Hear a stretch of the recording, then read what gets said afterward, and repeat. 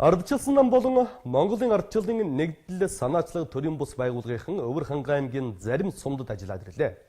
Тэд ардчилсан намын гишүүдэд дэмжигчд болон жирийн иргэдтэй уулзаж тэдний санаа бодлыг сонслоо. Иргэдэд засгийн газрын өнгөрсөн 100 хоногийн ажлын үр дүнд сэтгэл дундуур байгаагаа хэлж байна.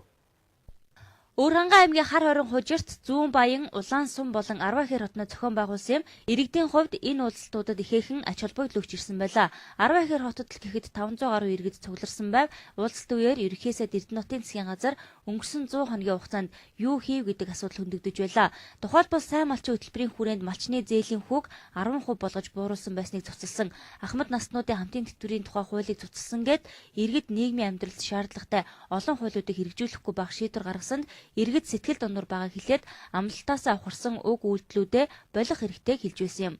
За яасан, татвар яасан, хамтын тэтгэвэр яасан, хүүхэд харах үйлчилгээ яасан. Хэдэн нөхөрлийн дарахтаа хийсэн уулзалтан дээр бидэд суусан. Тэгэхэд бол хүүхэд харах үйлчилгээг одоо татан буулгаж байгаад маш харамсаж байгаа хүмүүс хэлчихсэн. Одоо ингээд хүүхдийн мөнгө төгрөгийг яваа тэгж тэдвэр зэртэй угаалгын машинтай тийм улсуудад болохгүй гэж ингээд яриад байгаа. Яг хүн амьдрахын төлөө угаалгын машиныг ядарч үдэрч бараг хоосон хоноо алдаж авна шүү дээ. Хүн чи юм тэгжээж л авдаг үстэй юм хүрэлцээгээрээ нэг баян тарган гэдэг мөнгөө юм илүүдэл гаргаж чулуутсан хүн байдаг. Ингээд цайцаас нь дамжуулмаар юм байх шиг. Энэ өнгөрсөн хугацаанд одоо эх 4 жилийн хийх ажлаа бол ярьсан. Одоо сонгуульд ялсан одоо их багш намын мөрийн хөтөлбөр яаж хэрэгжих вэ? Энэ хүрээнд бол үнэхээр нэлээд одоо олон асуудлууд бид хурлын төвшөнд бол тавьж байгаа. Ялангуяа өнөөдөр ард түмний өмнө авсан амлалт гэдэг бол энэ бол тангараг юм аа.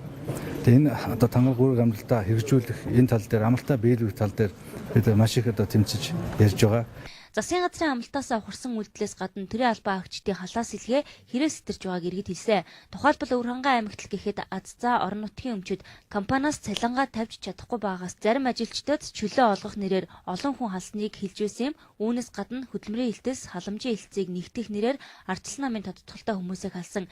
Эрдэнэт булганы цахилгаан түгээх сүлжээ төрийн өмчөд хувьцат компани 10-аад хүнийг халсан гэдгийг баримтаар өгүүлж байсан юм а.